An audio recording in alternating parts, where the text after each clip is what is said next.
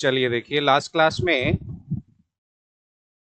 हमने simply economics का एक इंट्रोडक्शन देखा था और हमने ये समझा था कि इकोनॉमिक्स स्टार्ट कैसे हुई और अलग अलग अर्थशास्त्रियों ने किस तरह से इकोनॉमिक्स में बहुत सारे चेंजेस किए डेफिनेशन के अंदर। सबसे पहले हमने देखा इकोनॉमिक्स की शुरुआत कहां से मानी जाती है, कल आए थे परसेंट, वेरी गुड। 1776 1776 में एक पुस्तक प्रकाशित हुई थी। तुम बताओ जरा, पुस्तक का नाम क्या था?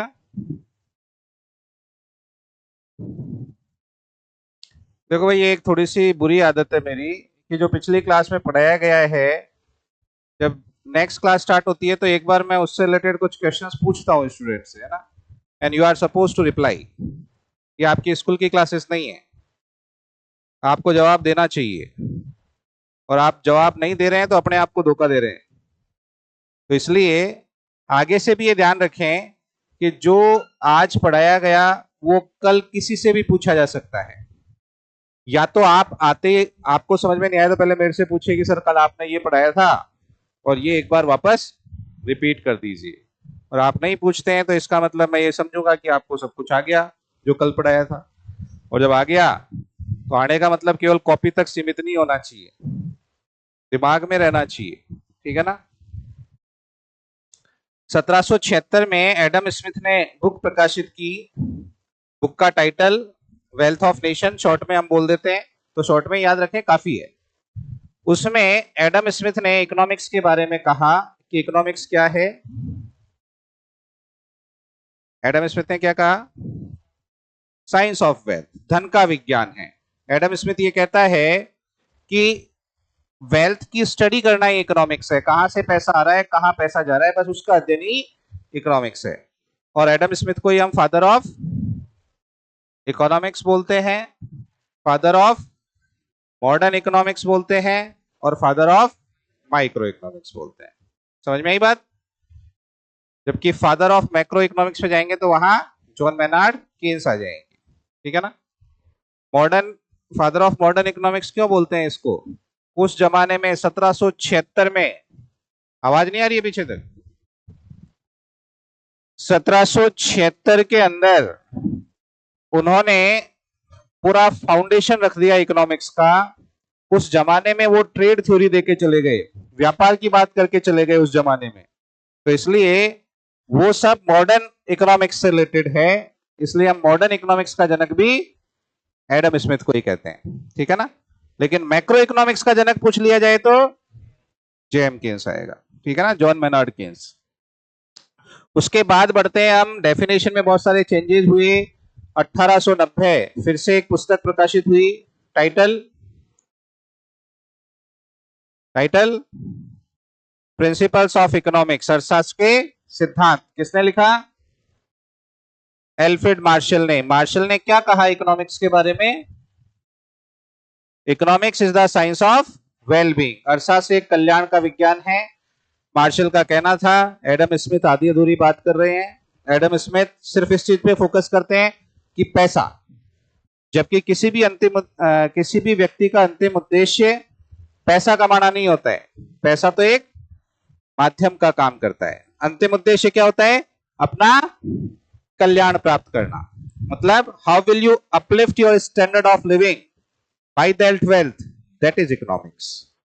मतलब उस धन से आप कैसे अपना जीवन स्तर सुधारेंगे, वो इकोनॉमिक्स है। यानी कि इनडायरेक्टली मार्शल क्या कह रहा है? The study of human behaviour is economics. मानव व्यवहार का अध्ययन करना ही अर्थशास्त्र है, कि पैसा आया उसके पास, उस पैसे से वो कैसे अपना कल्याण अधिकतम करे, दैट इज इकोनॉमिक्स। उसके बाद में चले 1931-32 में लियोनल रॉबिन्स, उन्होंने एक आर्टिकल लिखा, an essay on nature and significance for economic science. और उस आर्टिकल में एक बड़ा ही खूबसूरत सा शब्द उन्होंने इंट्रोड्यूस किया, दैट वाज स्कैरसिटी। स्कैरसिटी का मतलब दुर्लभता, सीमितता, संकीर्णता। और उन्होंने कहा कि साहब स्कैरसिटी है इकोनॉमी के अंदर। स्कैरसिटी का मतलब you can not increase the resources, जितने भी संसाधन है वो सारे क्या है, सीमित है। और सीमित संसाधन है तो अल्टीमेटली, एक एग्जांपल देके भी हमने समझा था, मैंने आपको 1 लाख रुपए दिए थे और वहां हमने देखा कि अल्टीमेटली समस्या क्या आती है कि आपको चुनाव करना पड़ता है। आप कैसे चुनाव करेंगे कि अगर आप कंज्यूमर हैं तो मैक्सिमम सेटिस्फेक्शन मिले, आप प्रोड्यूसर हैं तो मैक्सिमम प्रॉफिट मिले, और सोसाइटी की बात करें तो सोसाइटी का वेलफेयर मैक्सिमम हो। उसी को हमने क्या बोला, इकोनॉमिक्स। किसने बोला, लियोनल रॉबिन्स ने। यहां तक हमने कल समझ लिया था। अब थोड़ा उसके आगे बढ़ते हैं। रॉबिन्स से पूछा गया कि साहब वाई टू चूज, चुनाव क्यों करना पड़ता है। क्योंकि रॉबिन्स क्या कह रहे हैं कि चुनाव का विज्ञान ही अर्थशास्त्र है। अब रॉबिन्स से पूछा गया, इसका रिप्लाई दिया उसने कि चुनाव क्यों करना पड़ता है, आखिर क्या जरूरत पड़ गई चुनाव करने की। तो रॉबिन्स ने इसके 3 कारण बताए। There are 3 reasons behind that. पहला रीजन बताया, साहब हमारे यहां पे लिमिटेड रिसोर्सेज हैं, सीमित संसाधन हैं। सीमित संसाधन का मतलब कल के एग्जाम्पल में 1 लाख रुपए, 1 लाख रुपए क्या है, सीमित संसाधन। 1 लाख है तो 1 लाख ही है वो, 1 लाख से 1 रुपया भी ऊपर नहीं है आपके पास, ठीक है ना। दूसरा है unlimited wants,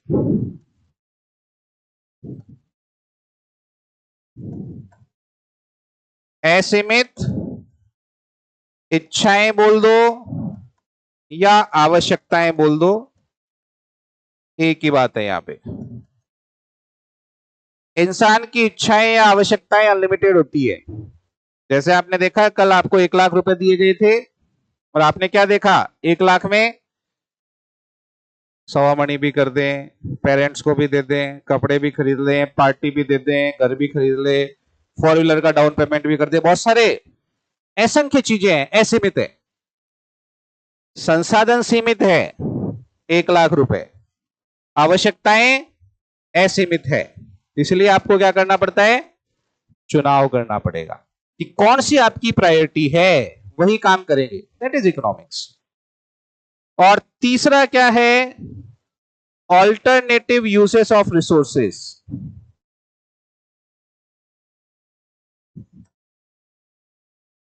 alternative uses of resources, संसाधनों का वैकल्पिक उपयोग। ऑल्टरनेटिव यूसेस ऑफ रिसोर्सेस, संसाधनों का वैकल्पिक उपयोग। अगर ऐसा होता कि आप 1 लाख रुपए में केवल और केवल एक 4 व्हीलर का डाउन पेमेंट कर सकते हो और दूसरा कुछ भी नहीं कर सकते, तो क्या कोई समस्या होती चुनाव करने की? कोई समस्या ही नहीं होती फिर तो। लेकिन प्रॉब्लम क्या है कि उस 1 लाख रुपए से आप 4 व्हीलर का डाउन पेमेंट भी कर सकते हो, तो दोस्तों को पार्टी भी दे सकते हो, घर का भी डाउन पेमेंट कर सकते हो, सवा मनी भी कर सकते हो। तो उस पैसे का क्या हो गया, ऑल्टरनेटिव यूज संभव है। इसलिए आपको क्या करना पड़ता है, चुनाव करना पड़ता है। प्रैक्टिकल लाइफ में हम बहुत फॉलो करते हैं इस इकोनॉमिक्स प्रिंसिपल को। सुबह से शाम तक पता नहीं कई स्टेप्स में आपको डिसीजंस लेने पड़ते हैं कि यार क्या किया जाए, क्योंकि बहुत सारे विकल्प होते हैं आपके सामने। तो वहां आप इकोनॉमिक प्रिंसिपल को फॉलो करते हैं, आप उसी चीज का सिलेक्शन करते हैं जो आपको मैक्सिमम सेटिस्फेक्शन देगा। सुबह उठे, यार दूध पिए, चाय पिए, जूस पिए, क्या पिए, सिलेक्शन करना पड़ेगा, इकोनॉमिक प्रिंसिपल फॉलो होगा। आप उसी का सिलेक्शन करेंगे जो आपको मैक्सिमम सेटिस्फेक्शन देगा। उसके बाद में नहा धो के तैयार हो गए, बाहर देखा यार मौसम बहुत बढ़िया हो रहा है, घूमने चले, कोचिंग चले, सिलेक्शन करना पड़ेगा। टॉप फ्लोर में रीजनिंग लगानी पड़ेगी कि यार ये करेंगे तो ये फायदे हैं, घूमने जाएंगे, बार बार मौसम नहीं होता, मिस कर देंगे, जिंदगी एक बार मिलती है, नहीं। फिर दूसरा ऑप्शन को देखेंगे, यार क्लास मिस हो जाएगी और ऑफलाइन क्लास मिस करना बड़ा रिस्की है। फिर पहला वाला ऑप्शन पे जाएंगे कि यार क्लास तो ऑनलाइन भी ले सकते हैं, घूम ही आते हैं आज तो। रीजनिंग चलेगी और अल्टीमेटली फिर आपको डिसीजंस लेने होंगे। यहां भी आप क्या कर रहे हो, इकोनॉमिक्स प्रिंसिपल को फॉलो कर रहे हो। तो सुबह से शाम तक कई बार आपके सामने ऐसे विकल्प आते हैं जहां आपको उन विकल्पों में से किसी एक का चुनाव करना पड़ता है, वहां हम इकोनॉमिक्स प्रिंसिपल को ही फॉलो करते हैं। समझ में आई बात? क्लियर? थोड़ा इकोनॉमिक पॉइंट ऑफ व्यू से देखें, लिमिटेड रिसोर्सेज का मतलब नेचर ने जो कुछ भी आपको संसाधन दिए हैं वो सारे लिमिटेड है। अनलिमिटेड वांट्स का मतलब एक अर्थव्यवस्था के अंदर आपको बहुत सारी चीजें प्रोड्यूस करनी होती है, अनंत चीजें प्रोड्यूस करनी होती है। आपको बैठने के लिए बेंच और टेबल भी बनानी है, पहनने के लिए कपड़े भी बनाने हैं, पढ़ने के लिए कॉपी पेन भी बनाना है, बैग भी बनाना है, पहनने के लिए कपड़े भी बनाने हैं, सेफ्टी के लिए गन भी प्रोड्यूस करनी है, तो हेल्थ के लिए बटर भी प्रोड्यूस करना है।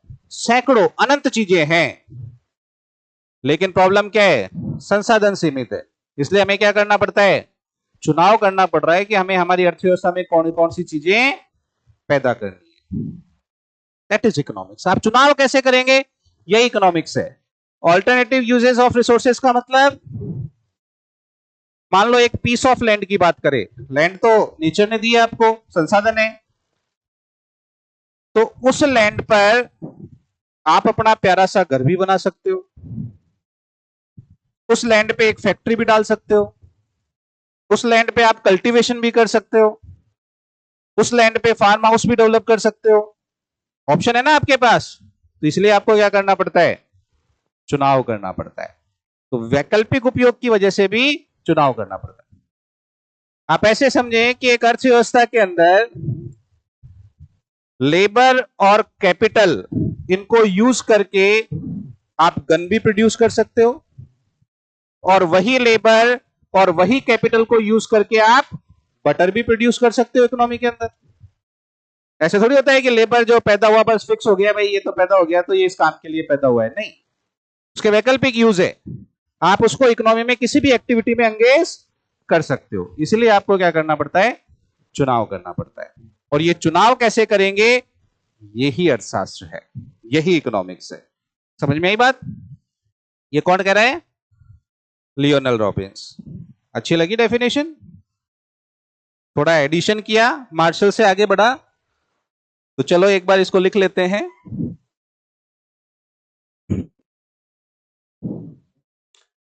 स्कैरसिटी डेफिनेशन, दुर्लभता परिभाषा, लिखा थोड़ी था कल हमने, केवल समझाई था ना। हाँ, इसके प्रतिपादक हैं लियोनेल रॉबिन्स। प्रतिपादक गिवन बाय लियोनेल रॉबिन्स। इनकी पुस्तक का नाम है an essay on the nature and significance of economic science. आर्थिक विज्ञान की प्रकृति और महत्व पर एक निबंध। हिंदी वाले विद्यार्थी ये टाइटल अंग्रेजी का भी याद रखें, ठीक है ना, क्योंकि कई बार देवनागरी लिपि में लिख देते हैं, वो ऐसे लिख देंगे एन ऐसे ऑन, ठीक है ना, इस तरीके से लिख दिया जाता है। तो आपको अंग्रेजी में भी पता होना चाहिए। ये कहते हैं कि इकोनॉमिक्स क्या है, साइंस ऑफ चॉइस मेकिंग, चुनाव का विज्ञान है साहब। चुनाव क्यों करना पड़ता है, तो रॉबिन्स इसके 3 कारण बताता है। लिमिटेड रिसोर्सेज हैं साहब, सीमित संसाधन हैं। दूसरा अनलिमिटेड वांट्स हैं, असीमित आवश्यकताएं हैं। और तीसरा ऑल्टरनेटिव यूजेस ऑफ रिसोर्सेज, संसाधनों का वैकल्पिक उपयोग संभव है। इसलिए हमने चूज करना पड़ेगा। लिखें यहां तक, नोट इट डाउन।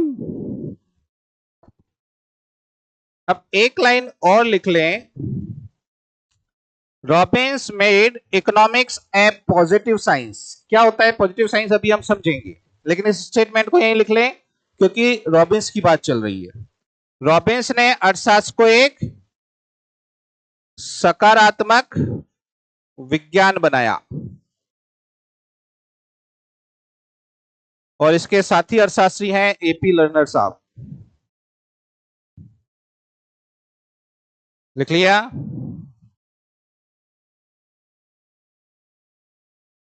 अब हम चलते हैं definition related to growth and development, वृद्धि और विकास से संबंधित परिभाषा।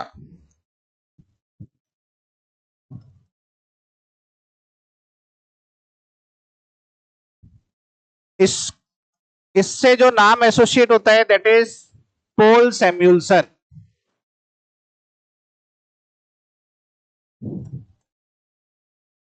पोल सैम्यूल्सन साहब ने ये definition the.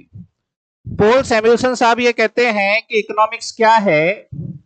Economics is the science of dynamic growth and development. अर्थशास्त्र प्रावेगिक वृद्धि व विकास का विज्ञान है। यानी कि ये जो अब से पहले डेफिनेशन थी वो थोड़ा स्टैटिक नेचर की थी और इन्होंने इसको थोड़ा डायनेमिक नेचर प्रोवाइड कर दिया और दो प्यारे प्यारे खूबसूरत से शब्द इंट्रोड्यूस किए, वृद्धि और विकास। डायनेमिक का मतलब क्या है कि इकोनॉमिक्स कभी रिजिड नहीं है बल्कि वो चेंज होती रहती है, बहुत डायनेमिक है वो। और बेसिकली हम इकोनॉमिक्स में किसकी स्टडी करते हैं? वृद्धि और विकास की स्टडी करते हैं। अब यहां आपके सामने ये दो प्यारे प्यारे शब्द आए, एक है वृद्धि और दूसरा है विकास।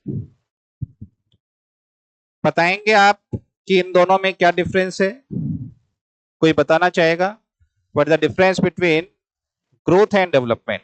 वृद्धि और विकास शब्द में क्या अंतर है? ये तुम पीछे आराम से बैठ जाओ, इधर आ जाओ, ये खाली पड़ी है।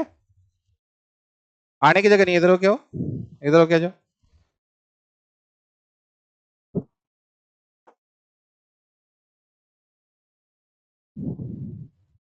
बताएगा कोई आप में से?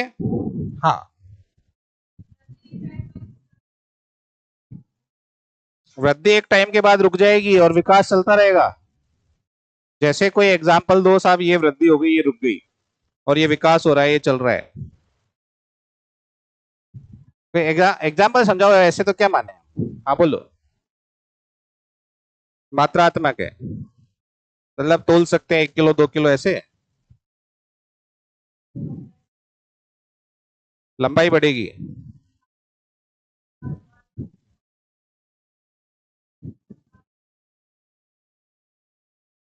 कोई एग्जाम्पल देके समझा सकते हो कि साहब ये वृद्धि हो गई और ये विकास हो गया?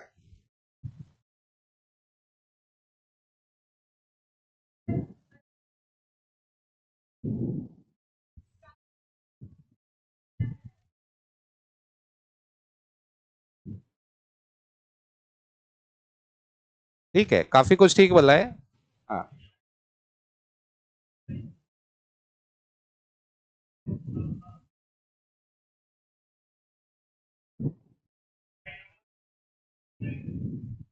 ऐसा है कि 20-21 साल पे हाइट रुक जाती है।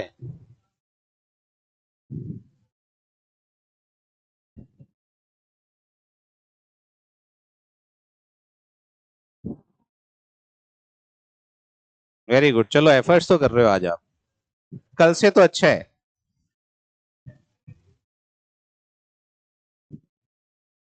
वृद्धि टेम्परेरी है और विकास स्टेबल है। हाँ, हाँ। तुम बोलो, तुम मुस्कुरा रहे हो, तुम बोलो। तुम्हारे आगे, अरे तुम्हारे लिए ही बोल रहा हूँ। हाँ,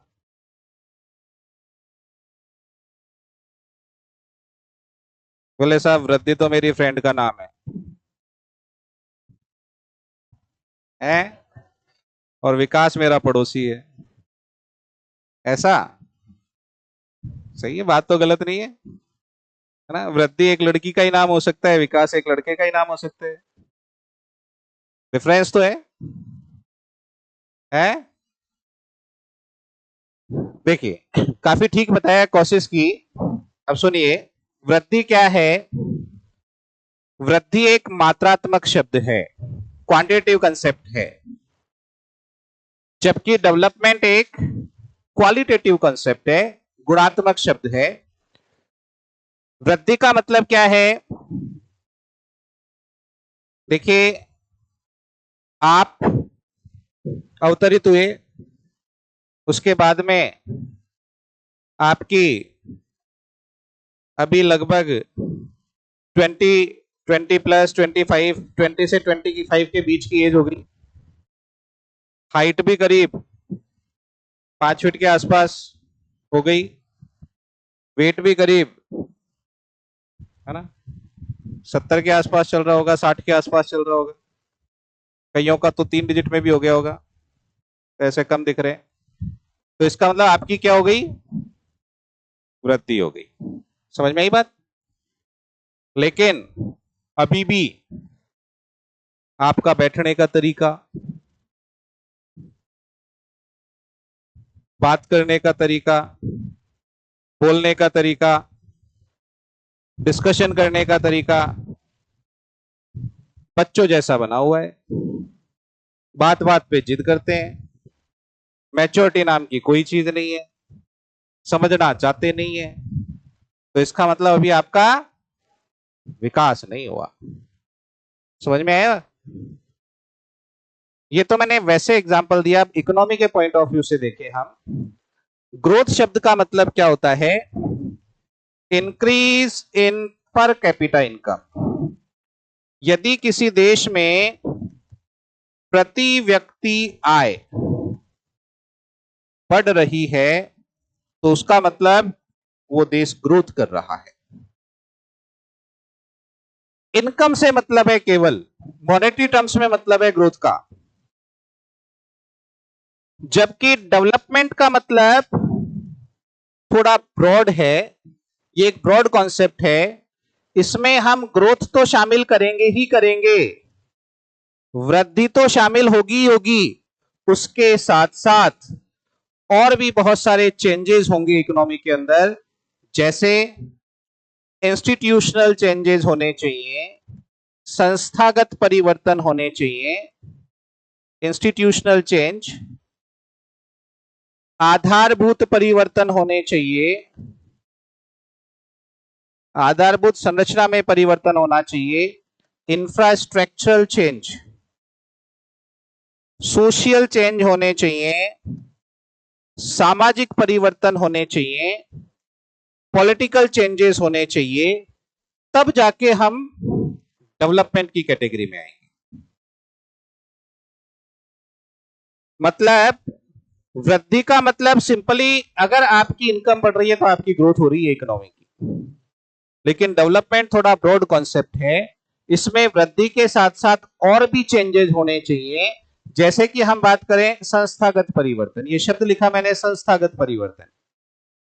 क्या होता है संस्थागत परिवर्तन का मतलब? बताएगा कोई आप में से? बोलो।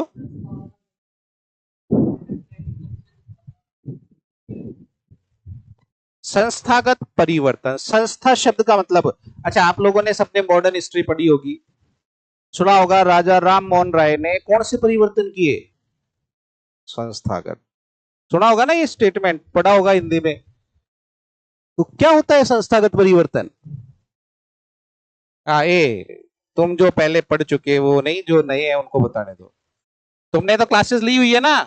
अरे ये वाली नीली, लेकिन संस्थागत परिवर्तन तो बताया है ना कहीं ना कहीं। इसलिए जिनको आता है वो रुके, मतलब मेरी क्लासेस जिन्होंने ले रखी है वो रुके, जो नए हैं पहले एक बार उनको भी तो अपना माइंड ओपन करने दो। देखो जब इकोनॉमिक्स में ये छोटी छोटी टर्मिनोलॉजी आपको पता पड़ेगी ना तो मजा आएगा पढ़ने में, फिर जीने लगोगे आप इकोनॉमिक्स के अंदर। पढ़ना तो दूर की बात, और जब इंसान जीने लग जाता है ना, तब उसको कोई नहीं रोक सकता पढ़ने से, ठीक है ना। क्योंकि जब आपको मजा आने लग जाए चीजों में, तो आप खुद आगे से आगे पढ़ने लगोगे। तो हम कोशिश यही करते हैं, we try to cultivate the interest into student about their subject, कि उसके अंदर मजा आने लग जाए, तो फिर अपने आप पढ़ना शुरू कर देता है। कोई नई चीज थोड़ी ना बता रहे हैं हम, बस जो चीजें हैं उन्हीं को थोड़ी सिंप्लीफाई करके आपको समझा रहे हैं कि वो चीजें ऐसे ऐसे है। तो क्या संस्थागत परिवर्तन का मतलब क्या किया है सर राजा राम मोहन राय ने?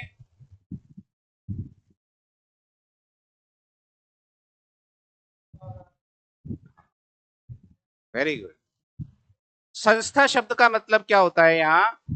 संस्था का मतलब होता है कोई भी पुरानी चीजें, पुरानी प्रथाएं, और भी मैं बोलूं तो कुरीतियां, मतलब जिनके आगे पीछे कोई साइंटिफिक रीजन नहीं है, बस चली आ रही है इसलिए चली आ रही है, क्योंकि हमारे पुरखे करते आए इसलिए हम कर रहे हैं। क्यों कर रहे हैं कोई जवाब नहीं, बस ये है कि साहब चली आ रही है। वो चला होना आपके लिए एक इंस्टीट्यूशन बन जाता है, संस्था बन जाता है। उसके अंदर आप चेंज करें तो उसको बोलते हैं संस्थागत परिवर्तन, ठीक है। बहुत सारी कुरीतियां चली आ रही है, जैसे सती प्रथा चली आ रही थी। अब क्यों सती हो, कोई रीजन नहीं है भाई, ठीक है उस टाइम का कंटेम्प्रेरी रीजन होता होगा कि भाई युद्ध हो रहा है, कोई आक्रमण कर दिया, तो वो अपनी इज्जत बचाने के लिए सती हो जाती थी महिला। लेकिन आज तो ऐसा कुछ नहीं है ना, क्यों आज भी हम उसको फॉलो करें? उसके अंदर चेंजेस होने चाहिए, पर्दा प्रथा में चेंजेस होने चाहिए, चाइल्ड लेबर में चेंजेस होने चाहिए, कोई पुराना जैसे कास्टिज्म चला आ रहा है उसमें चेंजेस होने चाहिए, एक पर्टिकुलर कास्ट पर्टिकुलर प्रोफेशन कर रही है उसमें चेंजेस होने चाहिए, बंदा कोई दूसरे प्रोफेशन में अपने आप को ज्यादा प्रोडक्टिव और इफिशिएंट तरीके से काम करके बता सकता है, तो वो उसे अपनाना चाहिए। ये चेंजेस होने चाहिए, इनको बोलते हैं संस्थागत परिवर्तन। तो ये सारे चेंजेस होंगे तब जाके आप डेवलपमेंट की कैटेगरी में आएंगे। समझ में आई बात? आधारभूत परिवर्तन होने चाहिए। शब्द आया आधारभूत संरचना, इकोनॉमिक्स में कई बार आएगा ये शब्द। आधारभूत संरचना क्या होती है? इंफ्रास्ट्रक्चर क्या होता है?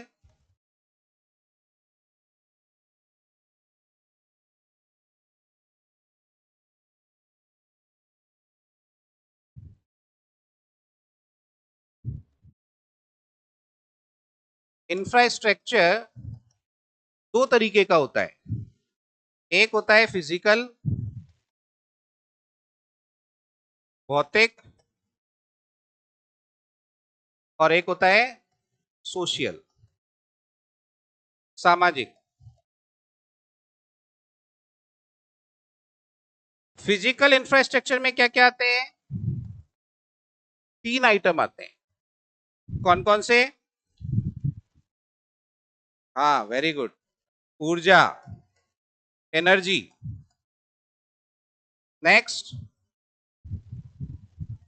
परिवहन, वेरी गुड, ट्रांसपोर्टेशन, और संचार, कम्युनिकेशन।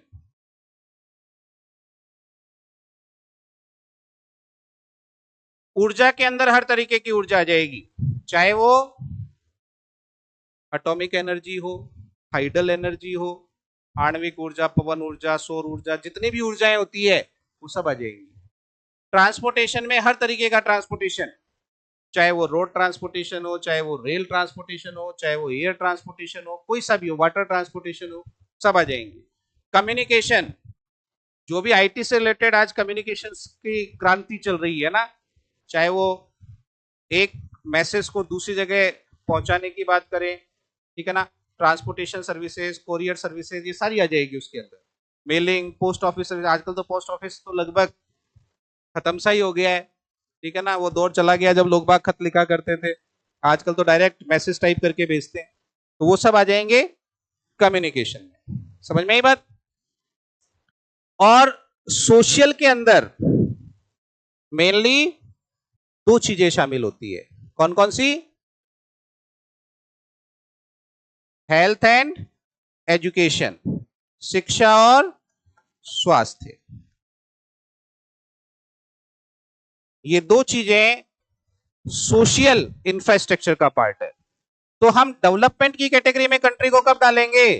इनकम तो बढ़ रही है, उसके साथ साथ ये आधारभूत संरचना में भी परिवर्तन होना चाहिए, ये भी इंप्रूव होनी चाहिए, तब जाके वो डेवलपमेंट की कैटेगरी में आएगी। समझ में आई बात? इसके अलावा हम देखें, सोशल चेंजेस होना चाहिए, सामाजिक उत्थान की बात होनी चाहिए, समाज के अंदर इक्विटी का दर्जा मिलना चाहिए, विमेन एम्पावरमेंट की बात होनी चाहिए, महिला सशक्तिकरण की बात होनी चाहिए, हर बंदे को बराबर अधिकार मिले, ऐसा नहीं कि किसी के साथ पार्शलिटी की जानी चाहिए। ये सारे चेंजेस होंगे तब जाके हम डेवलपमेंट की कैटेगरी में आएंगे। समझ में आई बात? तो विकास एक बड़ा व्यापक शब्द है जिसमें ग्रोथ तो शामिल होगी होगी, उसके साथ साथ संस्थागत परिवर्तन, आधारभूत परिवर्तन, सामाजिक परिवर्तन और राजनीतिक परिवर्तन भी शामिल होते हैं। राजनीतिक परिवर्तन का मतलब डेमोक्रेसी होनी चाहिए इकोनॉमी के अंदर, डिक्टेटरशिप नहीं होनी चाहिए, किसी के अधिकारों को कुचला नहीं जाना चाहिए, उसको पूरे राइट मिलने चाहिए। समझ में आई बात? पब्लिक की आवाज सुनी जानी चाहिए, पब्लिक का शोषण नहीं होना चाहिए, दैट इज डेमोक्रेसी। समझ में आई बात? ये राजनीतिक परिवर्तन होने चाहिए, तब जाके कंट्री डेवलपमेंट की कैटेगरी में आएगी। क्लियर? आप प्रैक्टिकल एग्जांपल से समझ सकते हैं। बहुत सारी गल्फ कंट्रीज हैं, अरेबियन कंट्रीज हैं, क्योंकि एक तरीके से मोनोपोली है उनकी पेट्रोल एक्सपोर्ट में, तो वो पेट्रोल एक्सपोर्ट करते हैं पूरे वर्ल्ड के अंदर, तो वहां पे पैसे की कोई कमी नहीं है। ईरान, इराक, आपने देखा होगा बहुत अथा पैसा पड़ा हुआ है वहां पे। लेकिन क्या कभी सुना है कि ईरान, इराक, सऊदी अरब डेवलप कंट्री है? नहीं बोलते हम उनको, क्योंकि वहां पैसा तो है लेकिन वहां ये सारे चेंजेस नहीं है। ग्रोथ है नो डाउट, लेकिन वहां अभी भी संस्थागत परिवर्तन नहीं है, पर्दा प्रथा अभी भी चलती है, डेमोक्रेसी नहीं है, डिक्टेटरशिप चलती है, तो इसलिए हम उनको डेवलपमेंट की कैटेगरी में नहीं रखते हैं। आई बात समझ में? क्लियर? चलिए लिखिए एक बार।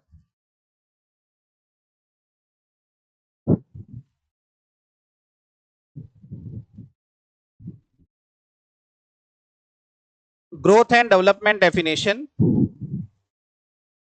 Given by Paul Samuelson. Paul Samuelson के एक फेमस बुक जिसका नाम है फाउंडेशन ऑफ इकोनॉमिक एनालिसिस 47 में आई, आर्थिक विश्लेषण की नींव। और भी बहुत सारी पुस्तकें लिखी है लेकिन ये इनिशियली बुक है उनकी। उन्होंने कहा economics is the science of dynamic growth and development. ये अर्थशास्त्र प्रावेगिक वृद्धि और विकास का विज्ञान है। लिख लिया ये?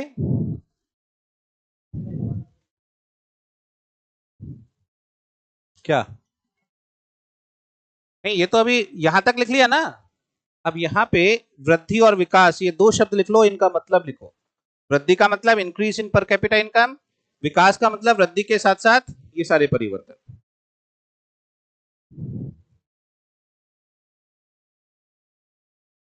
नहीं नहीं, संस्थागत को तो इंस्टीट्यूशनल, इंग्लिश में इसको बोलेंगे इंस्टीट्यूशनल।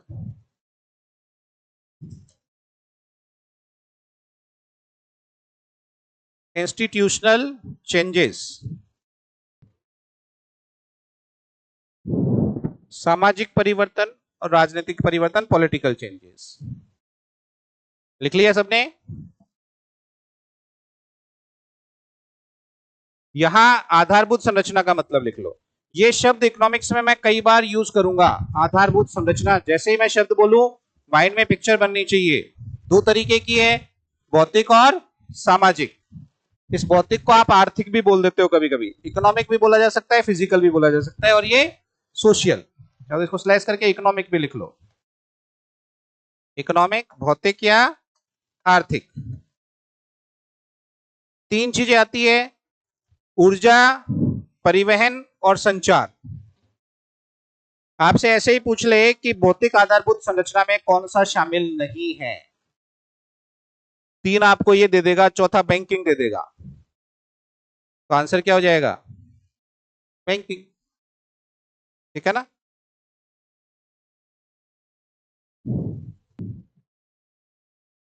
देख लिया सबने? चलिए अब देखो, यहां हमने इन 2 शब्द का मतलब समझा। एक शब्द था हमारा ग्रोथ और एक शब्द था डेवलपमेंट। इन दोनों में मेजर फर्क हमने कर लिया कि ग्रोथ का मतलब तो increase in per capita income, अगर प्रति व्यक्ति आय बढ़ रही है तो ग्रोथ हो गई। और डेवलपमेंट का मतलब ग्रोथ के साथ साथ और भी बहुत सारे परिवर्तन। ठीक है ना? कौन कौन से ये भी हमने समझ लिए। लेकिन 2 शब्द और चलते हैं जो आजकल काफी चर्चा में है। एक शब्द होता है इंक्लूसिव ग्रोथ। इंक्लूसिव ग्रोथ बोल दूं या डेवलपमेंट बोल दूं?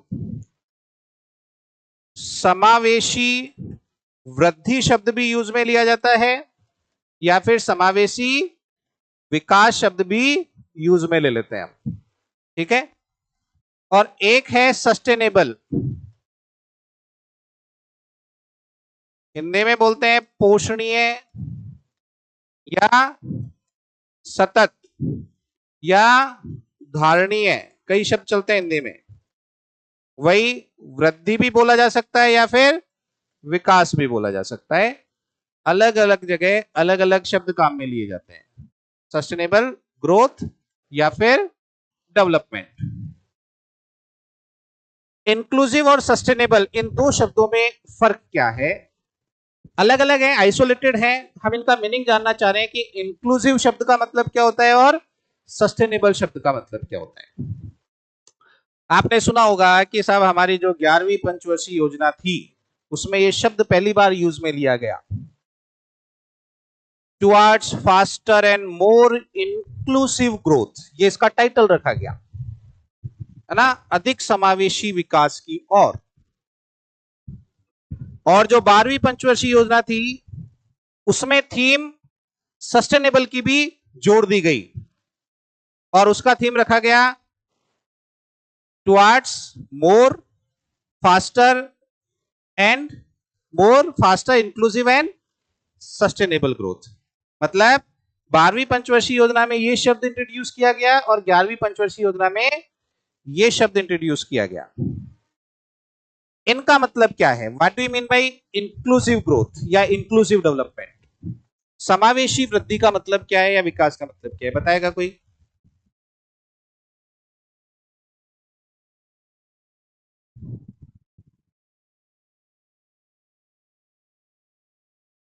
समावेशी का मतलब सभी को लेके चलना। और थोड़ा एलोबरेट करो। है? देखो, समावेशी वृद्धि का मतलब क्या है? आप अगर हाई ग्रोथ रेट कर रहे हैं, आप बोल रहे हैं साहब हम तो डबल डिजिट ग्रोथ रेट में पहुंच गए 10% और उससे ऊपर ग्रोथ रेट कर रहे हैं, तो अब इससे हमें मतलब नहीं है। तो फिर किससे मतलब है? कि आपकी ये जो ग्रोथ है उसका बेनिफिट समाज के गरीब से गरीब बंदे तक भी पहुंच रहा है या नहीं, उससे मतलब है। यानी कि समाज के अंदर जो भी बिल्कुल बॉटम पे बैठा हुआ है उसको भी फील होना चाहिए, उसको भी लगना चाहिए, उसके दिल से भी आवाज निकलनी चाहिए, हाँ यार वास्तव में हम वृद्धि कर रहे हैं। तब जाके उसको सही मायने में क्या बोलेंगे? समावेशी वृद्धि। नहीं यही बात समझ में? मान लो आप एक तरफ तो कह रहे हैं कि इंडिया को डबल डिजिट ग्रोथ रेट मिल गई और दूसरी तरफ आपकी इकोनॉमी के अंदर 20% लोग एक टाइम खाना खा रहे हैं, एक टाइम का खाना भी नसीब नहीं हो रहा, तो इसका मतलब वो आपकी वृद्धि समावेशी नहीं है। समझ में आ रही बात? तो समावेशी वृद्धि का मतलब ऐसी वृद्धि जिसमें सभी को समावेश किया जाए, यानी कि एक को भी छोड़ा नहीं जाए, उसका बेनिफिट बिल्कुल लास्ट में बैठा हुआ है ना इकोनॉमी में, उसको भी मिले। That is inclusive growth. समझ में आया समावेशी वृद्धि का मतलब? शॉर्ट में मैं बोल दूं तो समावेशी वृद्धि का मतलब क्या हो जाएगा? ग्रोथ फॉर ऑल, सभी के लिए वृद्धि, ठीक है ना? या फिर ग्रोथ विदाउट एक्सक्लूजन, किसी को भी छोड़े बिना वृद्धि। समझ में आई बात? दोनों तरीके से बोल सकता हूं, या तो मैं बोलूं सभी के लिए वृद्धि। सभी के लिए वृद्धि का मतलब उस वृद्धि का बेनिफिट सभी तक पहुंचना चाहिए। जो नीचे से नीचे बंदा बैठा है ना, वो उसको भी महसूस होना चाहिए कि हाँ यार, अब मेरे को पहले से अच्छा फील हो रहा है, तब जाके वो समावेशी वृद्धि होगी। समझ में आई बात? What is sustainable? पोषणीय वृद्धि का मतलब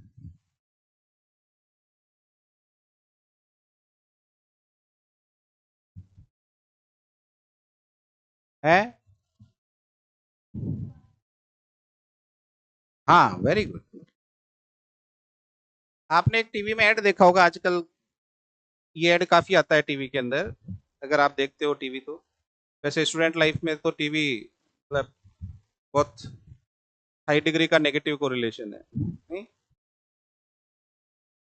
लेकिन फिर भी अगर आपको ऐड देखने को मिले, होता क्या है, एक फोर व्हीलर होती है, उसमें एक फादर और उनका बेटा चल रहा होता है, लाइट पे रुक जाते हैं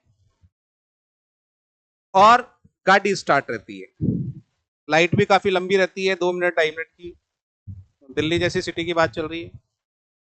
तो वो बेटा अपने फादर से बोलता है कि पापा जब मैं बड़ा होऊंगा तो मैं साइकिल की दुकान खोलूंगा।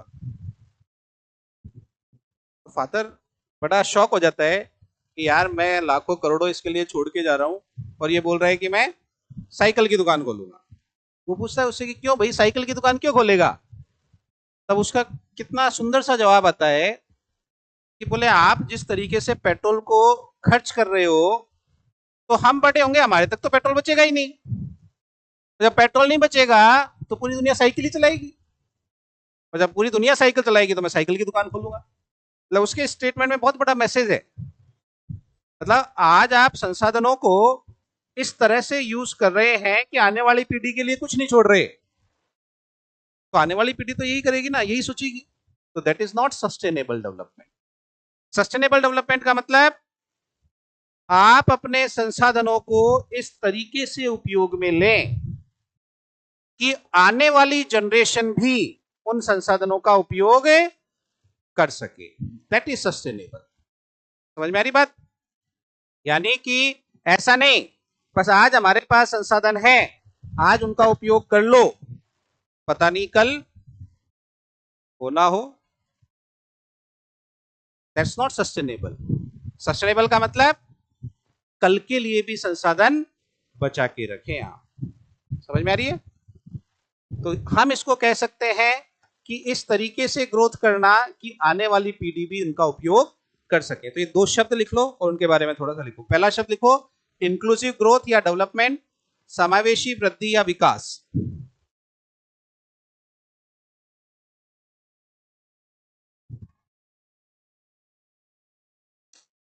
इसमें शॉर्ट में लिख लो ग्रोथ फॉर ऑल, सभी के लिए वृद्धि,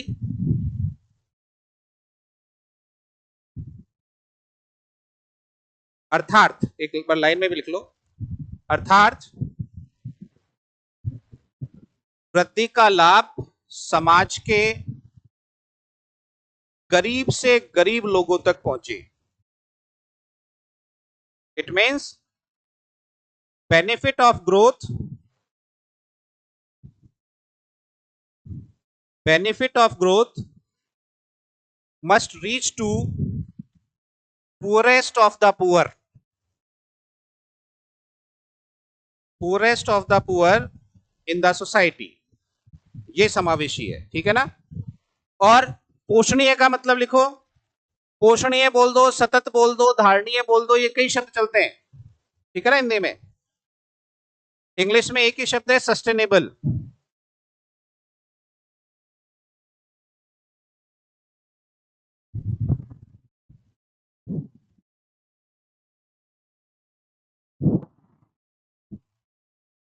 लिखो इसका मतलब, we use our resources in such a way that these resources should be utilized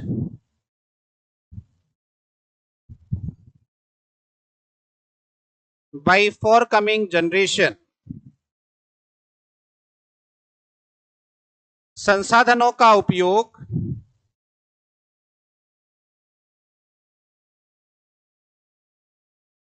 इस तरह करते हुए वृद्धि करना,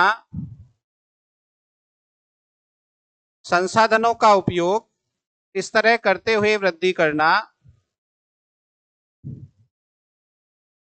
कि आने वाली पीढ़ी भी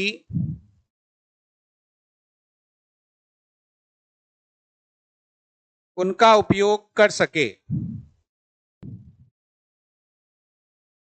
ठीक है, आया समझ में? चलिए, अब एक लास्ट डेफिनेशन और है, हालांकि इतनी इंपॉर्टेंट नहीं है पर अपने देसी है, इंडियन नहीं दी है, इसलिए थोड़ा सा आपको पता होना चाहिए कि किसने दी है बस। पर ये थोड़ा नेगेटिव डेफिनेशन है, वांटलेसनेस डेफिनेशन, आवश्यकता विहीन परिभाषा। ये किसने दी है? जेके मेहता साहब ने। हालांकि इंटरनेशनली इतनी ज्यादा चलती नहीं है ये परिभाषा, बट क्योंकि हमारी देसी है इसलिए आपको पता होना चाहिए कि किसने दी है। मतलब क्या है इसका समझते हैं।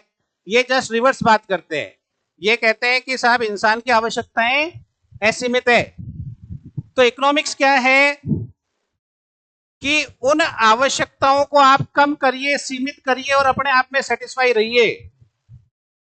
संतोष परम सुखम, ज्यादा आवश्यकताएं क्रिएट ना करें, यही इकोनॉमिक्स है। तो आवश्यकता विहीन परिभाषा, बस आपके पास जो है ना उतना ही रखिए और उसमें मतलब आप अपने सेटिस्फेक्शन को मैक्सिमाइज। और डेफिनेशन तो क्या कहती है? अनलिमिटेड में से उनको चुनिए ताकि आपका सेटिस्फेक्शन मैक्सिमम हो जाए। वो कहे कि अनलिमिटेड को ही घटा के लिमिटेड कर दीजिए आप, तो और चाहिए ही नहीं आपको। समझ में आई बात? तो हालांकि फालतू की डेफिनेशन है, कोई इतना दम नहीं है इस डेफिनेशन में। बस बाय द वे कोई पूछ ले कि वांटलेसनेस डेफिनेशन किसने दी, तो इतना सा पता होना चाहिए कि साहब जेके मेहता साहब ने दी, और कुछ भी नहीं है। ठीक है, चलिए अब आगे हम बात करते हैं अर्थशास्त्र की प्रकृति के बारे में। इसमें ज्यादा डीप में नहीं जाएंगे, हम थोड़ा सा आइडिया ले लेते हैं कि अर्थशास्त्र की प्रकृति क्या कैसी है। नेचर, अगर मैं नेचर की बात करूं तो इकोनॉमिक्स साइंस भी है और इकोनॉमिक्स आर्ट्स भी है। अर्थशास्त्र कला भी है और अर्थशास्त्र एक विज्ञान भी है। आप कॉमर्स वाले नाराज मत होना भाई, बोले साहब साइंस ले ली आर्ट्स ले ली, हमारा क्या है? तो कॉमर्स तो पढ़ ही रहे हैं अपन, तो नाराज होने की कतई जरूरत नहीं है। साइंस कैसे है? वैसे तो आपको सिर्फ एक स्टेटमेंट याद रखना है कि अर्थशास्त्र विज्ञान भी और कला भी, इससे ज्यादा कुछ याद नहीं रखना। बस थोड़ा सा मैं समझा देता हूं कि साइंस क्या है और इकोनॉमिक साइंस कैसे हुई और आर्ट्स क्या है और इकोनॉमिक्स आर्ट्स कैसे हुई। What you study in science? Science में आप क्या पढ़ते हैं? साइंस में आप सिंपली पढ़ते हैं कॉज एंड इफेक्ट रिलेशनशिप, कारण व परिणाम बोल दो या प्रभाव बोल दो, संबंध पढ़ते हैं। यही पढ़ते हैं पूरी साइंस के अंदर। जैसे आप फिजिक्स में पढ़ते हैं कि साहब हाइड्रोजन को ऑक्सीजन के साथ मिला दिया तो पानी बन जाएगा, ये पढ़ते हैं ना फिजिक्स में, H2 हो जाएगा। कारण क्या है? इन दोनों का मिलना, और परिणाम क्या है? पानी का बनना। यही पढ़ते हैं ना हम फिजिक्स में या केमिस्ट्री में? केमिस्ट्री में, सॉरी फिजिक्स बोल दिया मैंने, केमिस्ट्री में ऐसे पढ़ते हैं। तो फिजिक्स में क्या पढ़ते हैं कि अगर आपने कोई एक्शन किया तो उसका रिएक्शन होगा। यही पढ़ते हैं ना फिजिक्स में। मेरे को ज्यादा साइंस आती नहीं है, बट 5वीं 6वीं में पढ़ा है हमने ये। तो कारण क्या है? एक्शन का होना। परिणाम क्या है? रिएक्शन का होना। ठीक है ना? किसका नियम है ये? न्यूटन का, है ना? अच्छा, जूलॉजी में आप पढ़ते हैं कि अगर फीमेल एनाफिलिस ने खाया तो क्या होगा उससे? मादा एनाफिलिस ने खाया तो क्या होगा? तूने तो कॉन्सेप्ट ही चेंज करके रख दिया। डेंगू अपने आप में अलग मच्छर है, मलेरिया हो जाएगा। फीमेल एनाफिलिस ने खाया तो मलेरिया हो जाएगा। कारण क्या है? फीमेल एनाफिलिस का खाना, और परिणाम क्या है? मलेरिया का होना। और मेल एनाफिलिस ने खाया तो बस की नहीं है मेल की, कुछ नहीं होगा, है ना? वो तो फीमेल एनाफिलिस ही है जो मलेरिया कर सकता है ना। मेल एनाफिलिस से कुछ नहीं होगा, जो होगा वो मच्छर को ही होगा। ठीक है ना? तो कारण क्या हुआ? फीमेल एनाफिलिस का खाना। परिणाम क्या हुआ? मलेरिया का होना। यही पढ़ते हैं हम साइंस में। इन्फ्लुएंजा N1H1 का संक्रमण हुआ तो क्या होगा उससे? इन्फ्लुएंजा N1H1 से स्वाइन फ्लू हो जाएगा, है ना? तो कारण क्या है? अब ये तो पता होना चाहिए, तो नई नई बीमारियां हैं तो ये तो आइडिया होना चाहिए ना आपको भी। ठीक है, साइंस नहीं आती, लेकिन ये साइंस नहीं है तो जनरल अवेयरनेस है कि इन्फ्लुएंजा N1H1 का संक्रमण हुआ तो स्वाइन फ्लू हो जाएगा। कारण क्या है? इन्फ्लुएंजा N1H1 का संक्रमण, और परिणाम क्या है? स्वाइन फ्लू का होना। आई बात समझ में? तो जैसे हम साइंस में कारण और परिणाम पढ़ रहे हैं, वैसे ही इकोनॉमिक्स में भी कारण और परिणाम का अध्ययन किया जाता है। कैसे? इसकी चर्चा अपन कल करते हैं। ठीक है ना? आज इतना ही। चलिए, दैट्स ऑल फॉर टुडे। कल मिलते हैं।